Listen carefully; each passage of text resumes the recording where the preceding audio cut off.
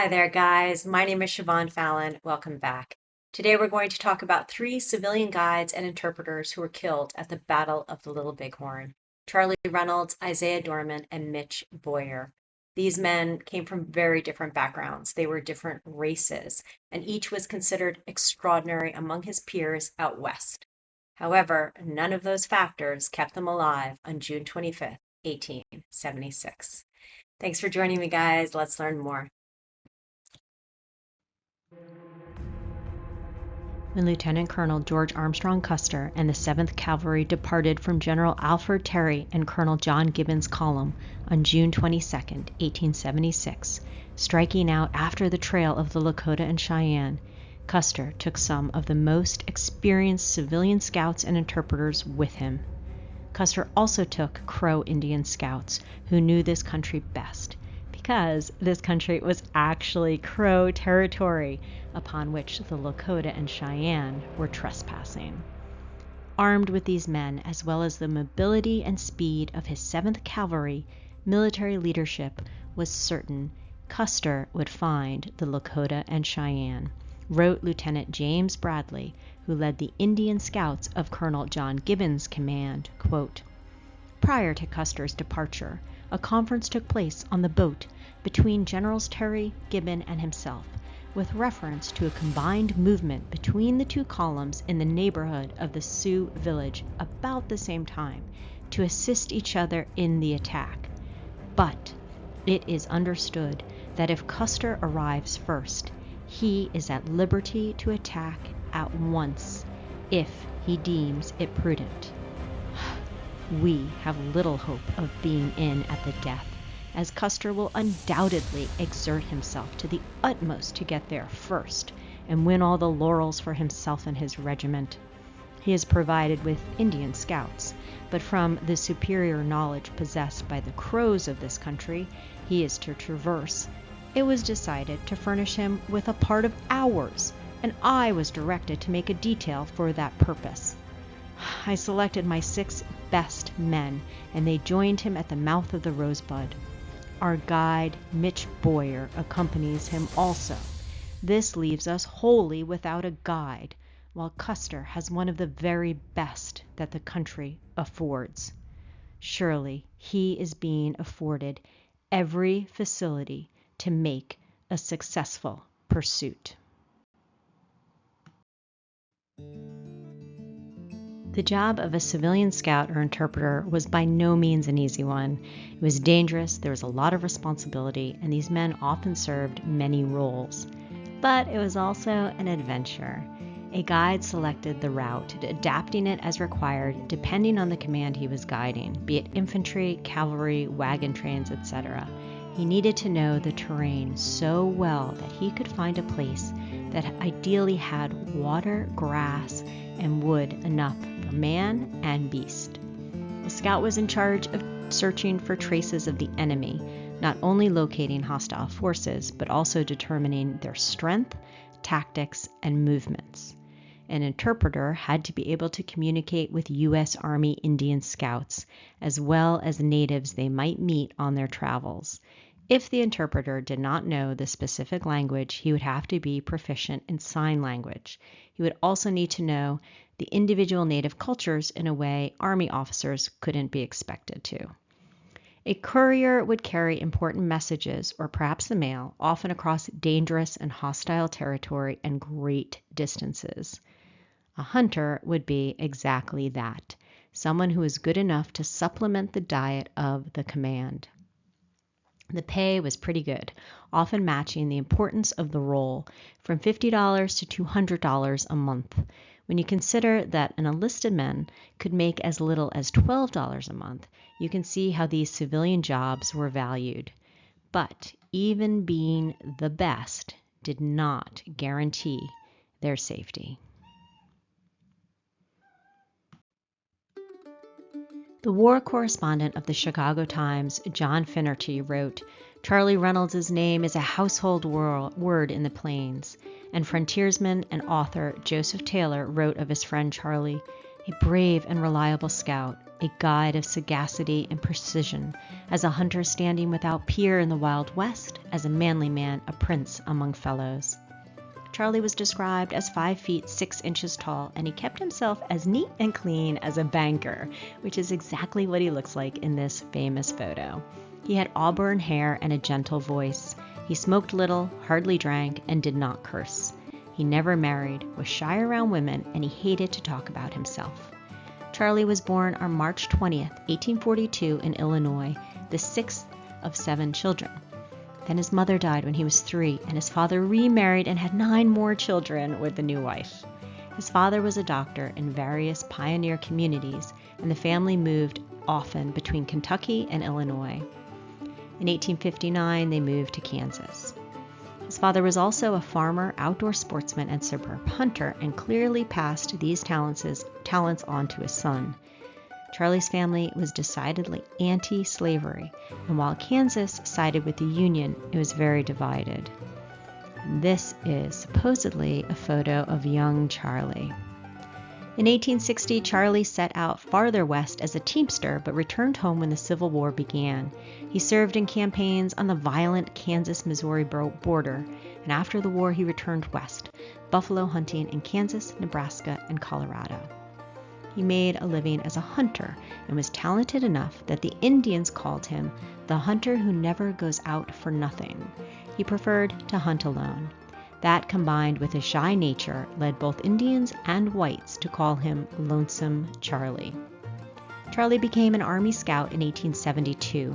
He was a guide for Stanley's Yellowstone expedition of 1873, and he made $75 a month. It was during this expedition that 2 unarmed civilians, veterinarian surgeon Dr. Honsinger and sutler Augustus Ballerion, strayed from the column in search of fossils and were killed by Lakota. Later that winter, Charley Reynolds overheard Lakota warrior Rain in the Face boast of these killings at Standing Rock Agency. A detachment of men led by Captain George Yates and Medal of Honor recipient Captain Thomas Custer were sent to Standing Rock, where Reynolds identified Rain in the Face, who was arrested for murder. And guys, I go into this more in one of my videos about Tom Custer and Rain in the Face, so please take a look at that when you have a moment. The interpreter, Isaiah Dorman, was also part of this mission to capture Rain in the Face.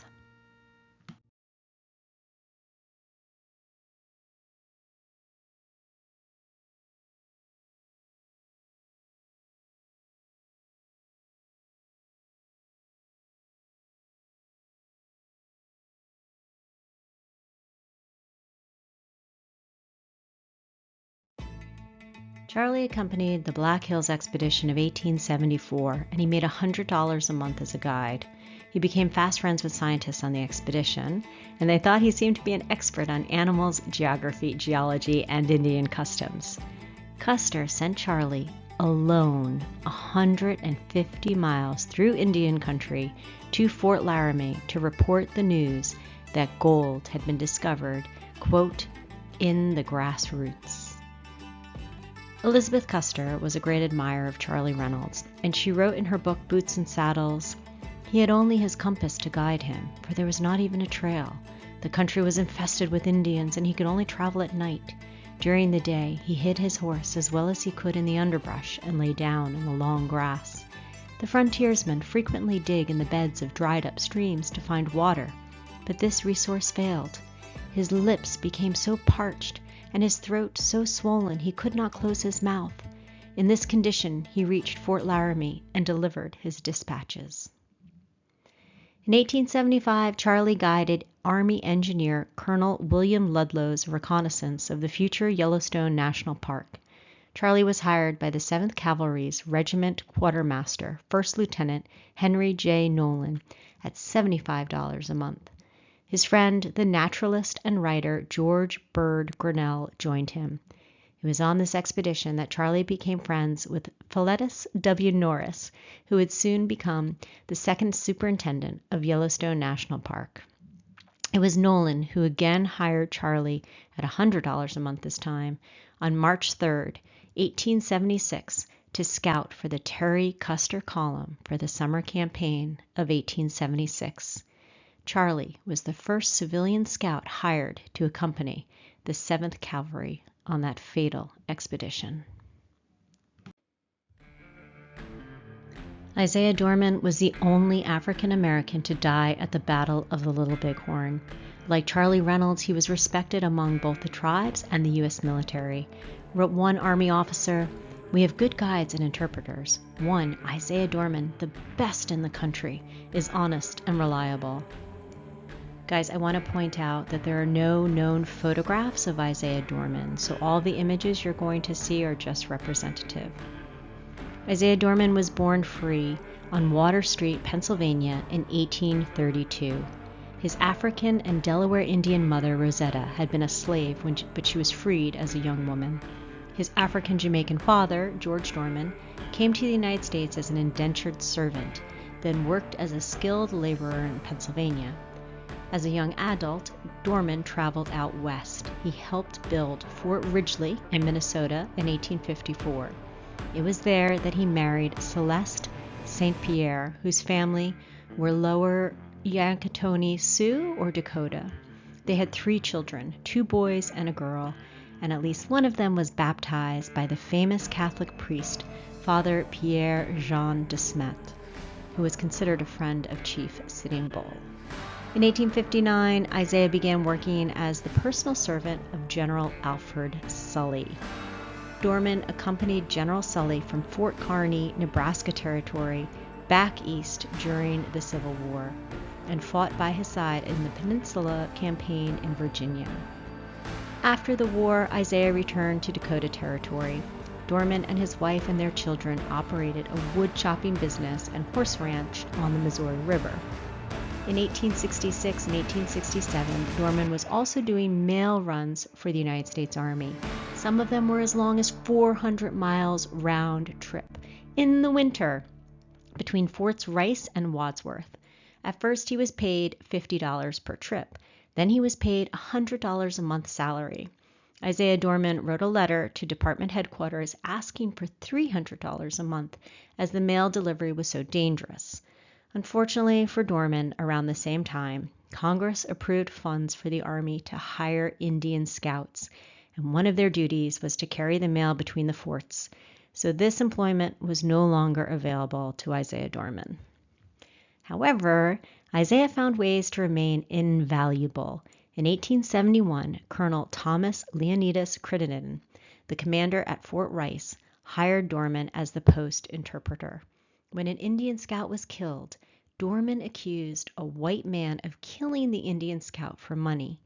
Dorman was believed over the white man's claim that it was an act of self-defense, and the white man was arrested for murder. At this point, Dorman was making about $75 a month as an interpreter. $50 was the starting salary, so his expertise was clearly appreciated. When new quarters were built for the Indian Scouts at Fort Rice, Isaiah Dorman and 2 other civilian employees, who were Irishmen who had previously been soldiers, were awarded the contract to do the work. Isaiah Dorman was paid the most, $825, which is nearly $20,000 today. When Colonel Crittenden struggled to find Indian scouts, Dorman hired his wife's friends and relatives to do the jobs. Fort Abraham Lincoln became the main post for the 7th Cavalry in 1873 and home to 6 companies, including the acting commander, Lieutenant Colonel George Armstrong Custer. However, 4 of the remaining 6 companies of the 7th Cavalry were sent to Fort Rice, which was about 25 miles further downstream on the Missouri River. Major Joseph Tilford of the 7th Cavalry became the commanding officer at Fort Rice, and Tilford continued to put a great deal of trust in Isaiah Dorman.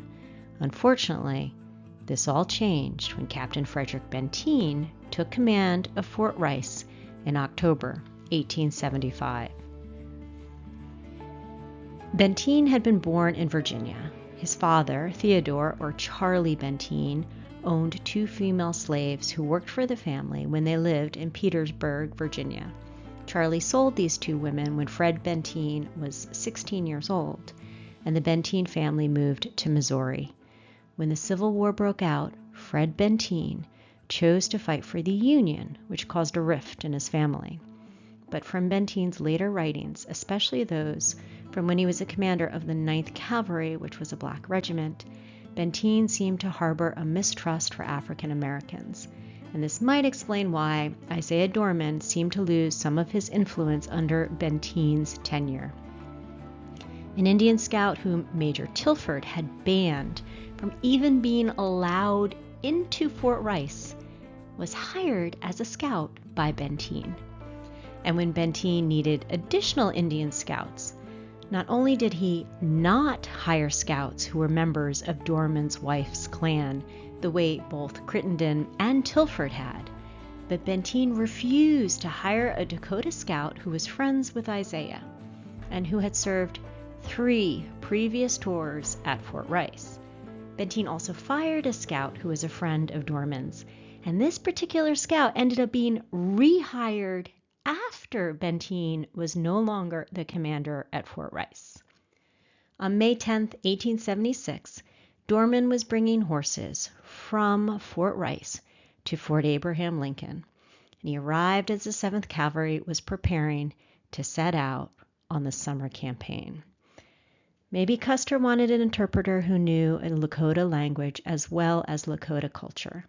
Maybe Isaiah was eager to accompany the expedition as it offered a pay raise. Like Arikara interpreter Fred Gerard and the scout Charley Reynolds, Isaiah Dorman would be making $100 a month if he joined this campaign. A friend of Dorman's from Standing Rock, Sam Brugiere, later wrote that Isaiah told him he wanted to see the Powder River one more time before he died. Whatever the reasons, on May 14th, Brevet Major General Custer issued a special order for Isaiah, and rather than returning to Fort Rice, Custer ordered Isaiah Dorman to accompany the 7th Cavalry on the summer campaign as an interpreter.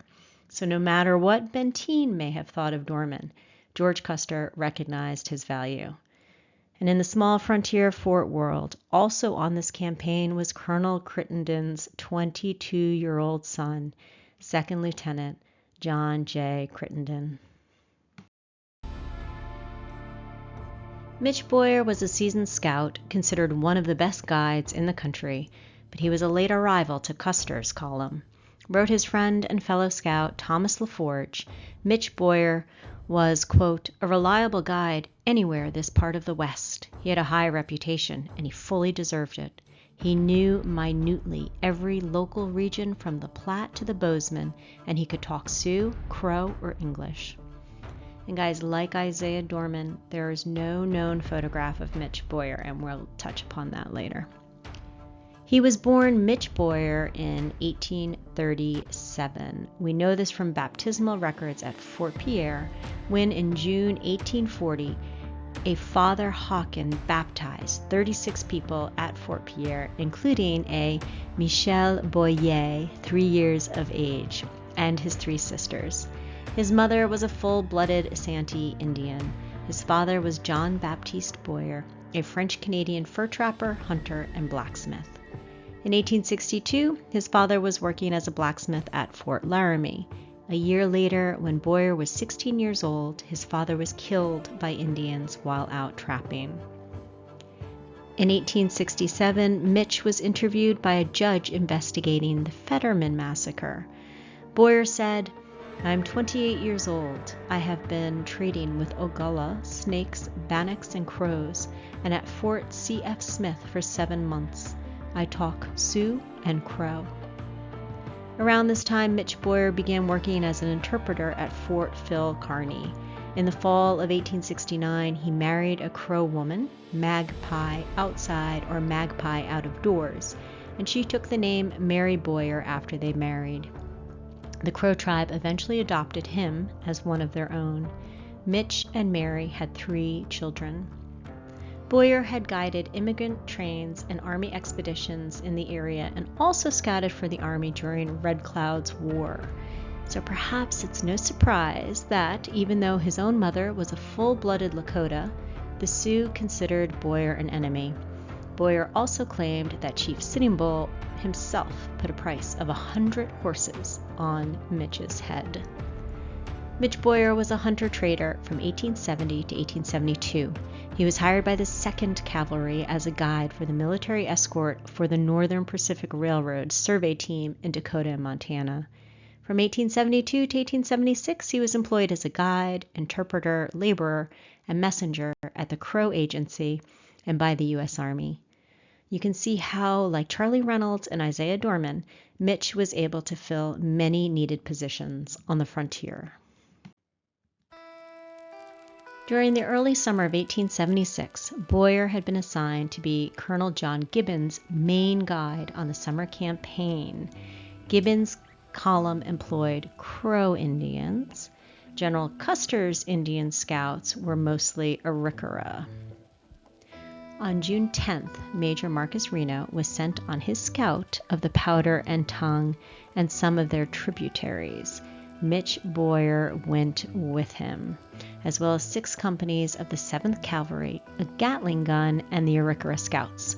For those who wonder why Custer didn't bring Gatling guns to the Little Bighorn fight, the Gatling gun greatly slowed down Reno's scout. It reportedly injured a soldier when it overturned, and it had to be abandoned for a time. Reno returned to Terry's column on June 20th, and his findings were mixed. He had exceeded Terry's orders, going farther west to Rosebud Creek than Terry wanted. But thanks to Mitch Boyer, Reno returned to Terry and Custer with valuable intel, discerning that the hostile Lakota and Cheyenne were only a couple of days ahead, and their trail likely went in the direction of the Little Bighorn Valley. On June 22nd, General Alfred Terry assigned Boyer to Custer's column, and Custer's column was sent ahead with 6 of Gibbons' best Crow scouts. Custer wrote to his wife, "I now have some Crow scouts with me, as they are familiar with the country. They are magnificent-looking men. They said they had heard that I never abandoned a trail, that when food gave out, I ate mule. That was the kind of man they wanted to fight under. They were willing to eat mule, too." Custer was referring to Half Yellowface, White Swan, Goes Ahead, Hairy Moccasin, White Man Runs Him, and White Swan's young cousin, Curly. And he might have also been referring to Mitch Boyer. Whatever reservations Mitch may have had before the actual Little Bighorn fight, according to a fellow interpreter and guide, Bernard Prevost, who was employed by Lieutenant James Bradley of the 7th Infantry, who we mentioned earlier, Mitch was eager to join Custer and the 7th Cavalry. The night before the 7th Cavalry left General Terry and Colonel Gibbon, Mitch was drinking with other guides, and he boasted about going with Custer and how he would slaughter the Sioux. Boyer was described as a quiet, low-spoken man with the face of an Indian and the dress of a white man. The Indian scouts called him Man in the Calfskin Vest because of his colorful dress. By the way, this is not Mitch Boyer. Researchers have found that this image was taken years later, after the Little Bighorn fight, and the subject is Acapore, a Ute Indian musician. There are multiple other images of this particular man, and I'm going to put a link in the description box, guys, so you can see for yourselves. And the pictures of him that they've uncovered on the site are from the 1890s, so clearly Mitch Boyer did not live that long. In the days leading up to the battle, more than one person mentioned that Charley Reynolds felt like something, quote, desperate was about to happen. He had developed an infection or abscess on one of his fingers. His friend, Captain Grant Marsh, urged him to stay on the far west with him, but Charley refused.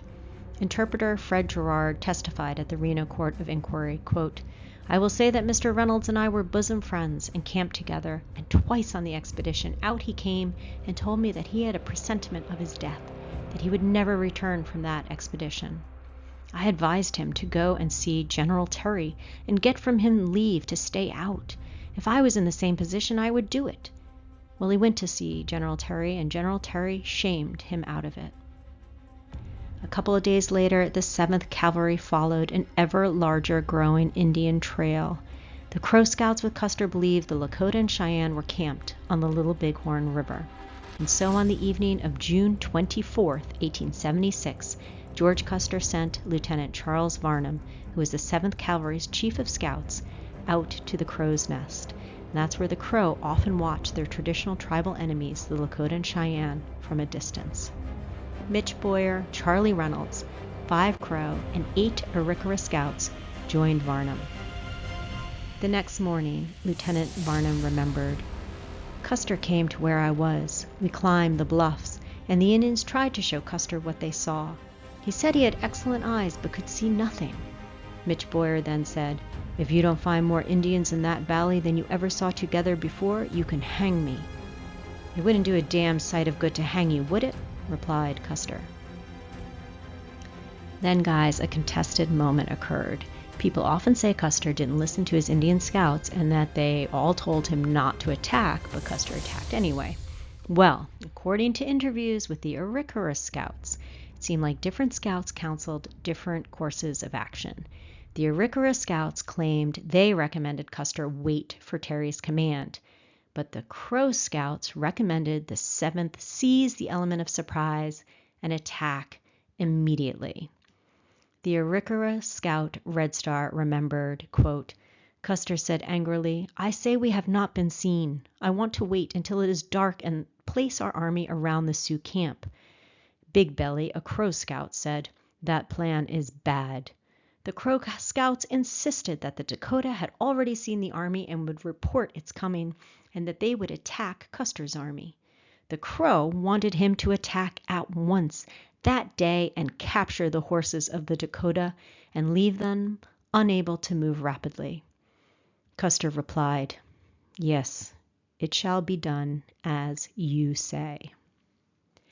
Scout Billy Jackson remembered, after they came down from the Crow's Nest, quote, Mitch Boyer described the enemy camp. He said that Longhair had decided to attack, and they would have a terrible fight, that the scouts should take courage, fight hard, make every shot a killer.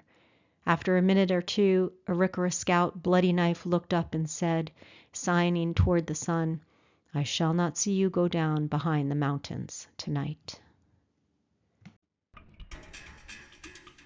The 3 columns rode toward the Little Bighorn. Captain Frederick Benteen and his column of 3 companies were sent on a scout to the left. Custer and Major Marcus Reno's column rode parallel for a few more miles, and then Custer ordered Reno and his column into the valley, his adjutant, Lieutenant William Weiner Cook, delivering this order. The Indians are about 2.5 miles ahead. They are on the jump. Go forward as fast as you think proper and charge them wherever you find them, and he, Custer, will support you. Reno did so with companies A, G, and M, and most of the Arikara Indian scouts, as well as Charley Reynolds, Isaiah Dorman, and George Herendeen. Meanwhile, Mitch Boyer and a handful of Crow scouts remained with Custer's column. As the Indian warriors came up to meet Reno's column, Reno threw out a dismounted skirmish line, but it wasn't long until the skirmish moved into the shelter of a timber. Then Reno, afraid the timber had been infiltrated by warriors, ordered a retreat. A disorganized and chaotic withdrawal followed. This is Fred Gerard's testimony of what happened in the valley. I halted 45 or 50 yards back from the edge of the timber, and there were Charley Reynolds, Dr. Porter, George Herendeen, and Bloody Knife, and myself. Charley Reynolds asked me if I had any whiskey. He said he had never felt so worried in all the days of his life, and he felt depressed and discouraged, and he thought it would be well to have something to stimulate him. I took a little myself and told him not to take too much, that he needed a very cool head, that we had plenty of business on our hands for that day. We then dismounted, and just as we dismounted here, this skirmish line was being drawn up. While the skirmish line was being drawn up, the Indians were coming up. They were distant, as well as I could judge from where I stood, about 1,000 yards from the left flank of the skirmish line, and in front, not directly in a line with it. We fired a few shots at the first Indians that came up. The firing started with some of our scouts that had left the command and gone into a little valley to capture some ponies, and more Indians were coming up here and riding around the command. Fred Gerard continued, Charley Reynolds and myself fired a few shots there. It was long range. We put our horses in the timber, and we started up, and when we got to the brow of the hill, a soldier hallooed, "Boys, I've got it, I'm hit." I turned around and told him to ride down to the timber, that the doctor was there and he would attend to him. Charley Reynolds and I turned into the timber, and we tied his horse. I tied mine within 8 or 10 feet of the foot of the hill, and then the left flank of the skirmish line on the brow of the hill had been swung around to all appearances and made the right flank. I didn't see the movements made, but that was what I supposed had been done. I was at the extreme right. Mr. Reynolds was next. Lieutenant Varnum next. We stayed there 4 or 5 minutes and fired probably 7 shots, and Mr. Reynolds and myself were together, and someone gave the order, "Men, to your horses, the Indians are in our rear." Reynolds looked at me, and I said, "What damn fool move is this?" Said he, "I don't know. We have to go. We'll have to get out of here." Reynolds went after his horse, and I looked for mine, but the Indians that had been fighting the troops here had got onto the brow of the hill and were firing into the troops and the Indians on this side. After I heard the order given, "Men to your horses, the Indians in our rear," the skirmish line was withdrawn from the hill, and every man went for his horse. I took my time. My horse was tied 15 or 20 feet away, and I got him and was leading him out, and the soldiers were going by me on a lope. There appeared to be no command or order about it. Some officer was with them, and I hallooed out to him, and I said, "What are you going to do?" And he said, "Charge the Indians." I was not in any hurry to get out. Charley Reynolds came up, and I told him I didn't understand the call. We would probably be in the way of the movement of the troops. They would undoubtedly come back, and there was no use us hurrying out, and we would stay there until they came back.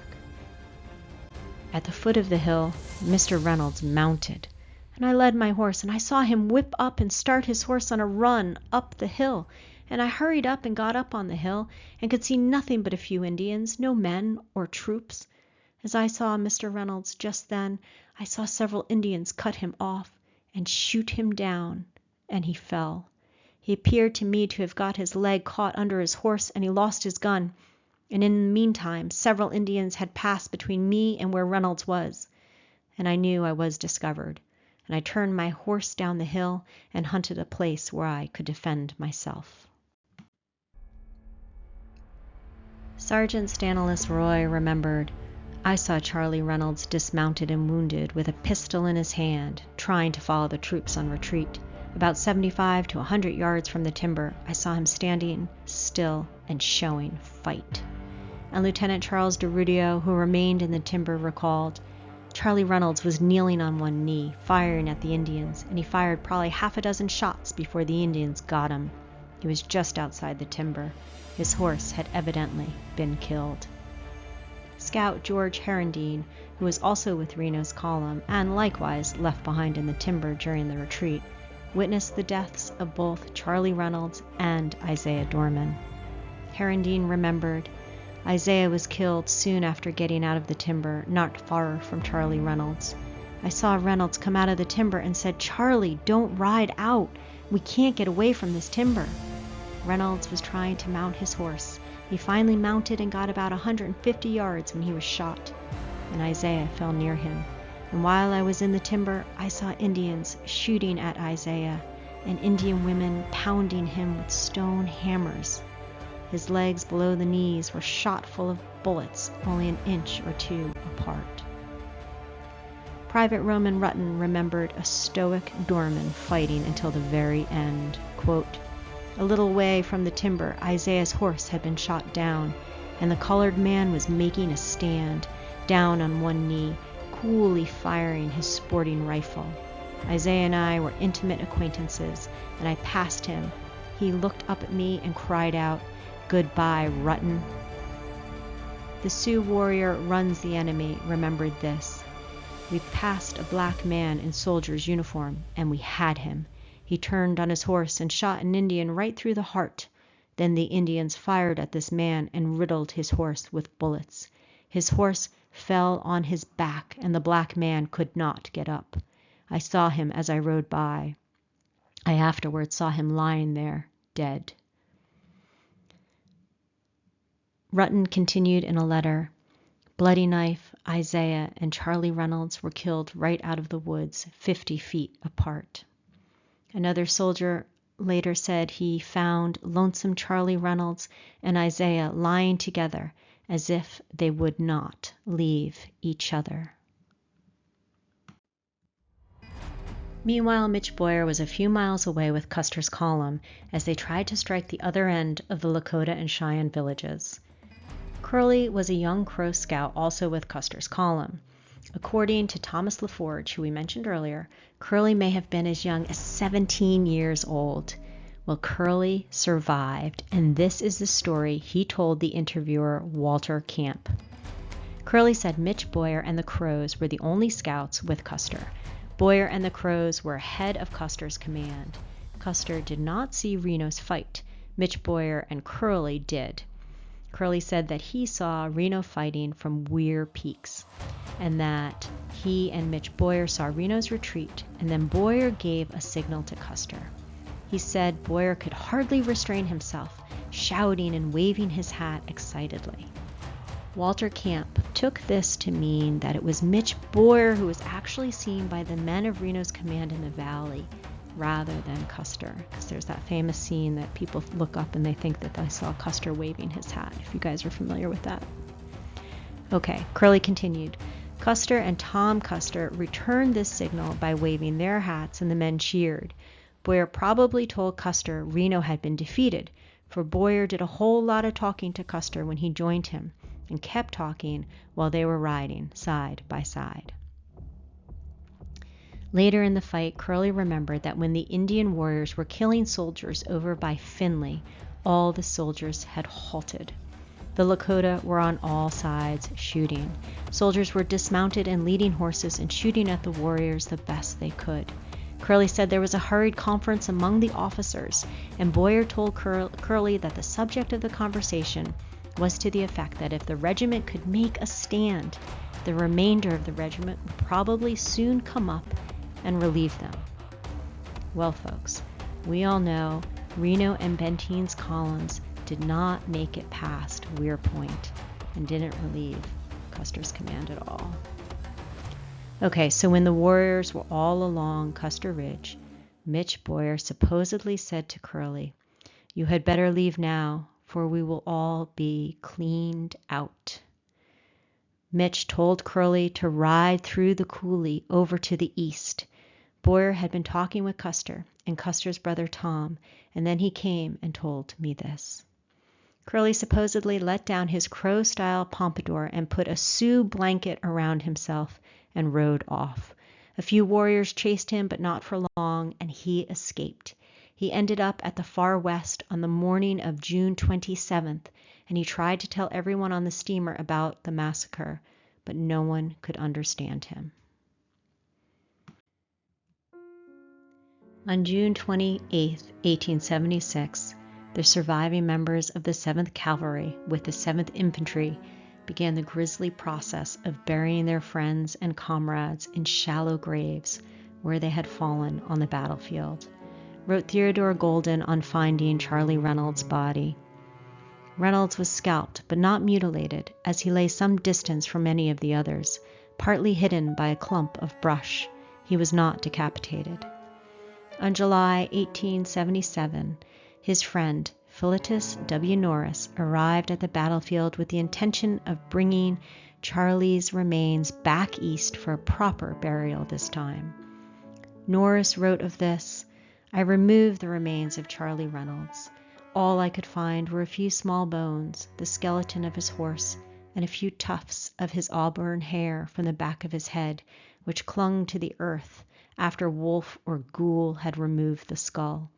The bone fragments were so small that they fit in a handkerchief. When he couldn't find any living relatives, Norris buried these remains in his own hometown in a suburb of Detroit. You may have noticed on Jeff Lackey's map that there are two markers for Charley Reynolds: the pipe and a granite marker. The pipe reads, Charley Reynolds, guide and scout with U.S. Cavalry, fell here June 25, 1876. And the granite marker reads, Charley Reynolds, Chief of Custer's Scouts, fell here June 25, 1876. Charley Reynolds was only 34 years old when he died. Buffalo Bill Cody said of him, as a hunter and scout, he ranked with the best. And Elizabeth Custer wrote of Charley, had he worn all the insignia of the high rank and decorations of an adoring country, he could not have led a braver life or died a more heroic death. The accounts of what was done to Isaiah Dorman's body are especially brutal. And remember, if he was alive, he spoke fluent Dakota, so he may have been able to communicate with the very people who killed him, and they showed him no mercy. Scout George Herendeen said in an interview, I think some of our men were captured alive and tortured. I know the colored man Isaiah was, for he had small pistol balls in his legs from the knees down, and I believe they were shot in him while he was still alive. Herendeen also said, Isaiah's body had been ripped open, and a coffee pot and cup which he carried with him were filled with his blood. The Arikara scout Young Hawk verified this, saying, they found the Negro Isaiah lying dead on the prairie dog village at the end of the bushes. He was a Dakota interpreter enlisted at Fort Lincoln. The Dakotas had left a kettle full of his own blood by his head, and the body appeared to be very much mutilated. Soldier John Berkman remembered, Isaiah lay with his breast full of arrows and an iron picket pin thrust through his testicles into the ground, pinning him down. George Herendeen also made a point of saying, Isaiah was the interpreter at Fort Rice, and he was a man of considerable intelligence, one who enjoyed the respect and confidence of the soldiers. Isaiah Dorman was only 44 years old when he died. His Dakota widow, Celeste, never remarried, nor did she ever collect her husband's back pay of $102, which was roughly about $3,000 today. It wasn't until June 25th, 1983, that a white marker was finally unveiled. Isaiah Dorman, interpreter, fell here June 25th, 1876. On its back it reads, donated by the Adolph Coors Company, Barney Ford Memorial Association. And the Barney Ford Memorial Association is an African-American advocacy group in Colorado. This marker is now in the middle of a pasture, so it's enclosed by a pipe fence to protect it from cattle or from the farmer plowing his field. Isaiah Dorman is also listed on the monument on Last Stand Hill, unfortunately only by his first name. On June 28th, the young Crow Scout Curly returned to the battlefield while the 7th Cavalry was burying their dead. Curly said he and other Crow looked for Boyer's body for 8 days and never found it. Curly said they found his saddle and horse in the village, but not the body. So guys, there's some confusion over where and if Boyer's body was found and if it was buried. Boyer's friend, the scout Thomas LaForge, said, I was told by the Sioux that Mitch Boyer was shot in the back near the river where he lay suffering from a broken spine. After the battle, he was found by the Sioux, who killed him, took off his spotted calfskin vest, and threw his body in the river. It was the same Thomas LaForge, who was also one of Gibbon's scouts and one of Boyer's closest friends, who had made a pact with Mitch that if either of them died, the other would care for his family. LaForge and Boyer had been best friends for over a decade, and their Crow wives had known each other their entire lives. LaForge was possibly spared from Mitch's fate when he had fallen and broken his collarbone on that summer campaign. When LaForge's wife Cherry died, LaForge married Mitch's widow, Mary, and adopted Boyer's children. Cherry was also able to collect the pay due Mitch Boyer. General John Gibbon had said of Mitch, "Next to Jim Bridger, he is the best guide in the country." Mitch Boyer was 41 years old when he died. There is a marker for Mitch Boyer on the battlefield, though its placement is contested. And like Charley Reynolds and Isaiah Dorman, Mitch Boyer is remembered on the memorial on Last Stand Hill. Well, friends, that's all for today. Please stay tuned for more. In the meantime, watch another video, click that notification bell, subscribe if you haven't already, or leave me a little note. I love to hear from you. Thank you to the friends who helped me out. And next slide is my book list and some music. So be sure to stick around for another 20 seconds. All right, guys, hope to talk to you again soon. Thank you. My soul was born for running. The darkness is my compass, and I will follow where it goes, 'cause it's all I know.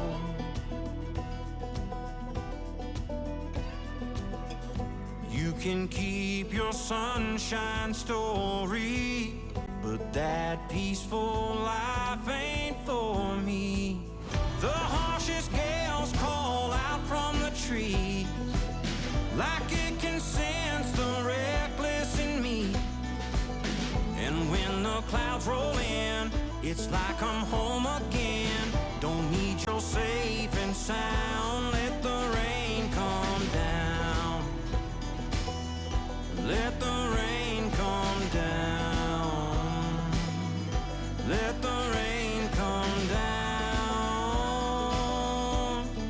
Oh.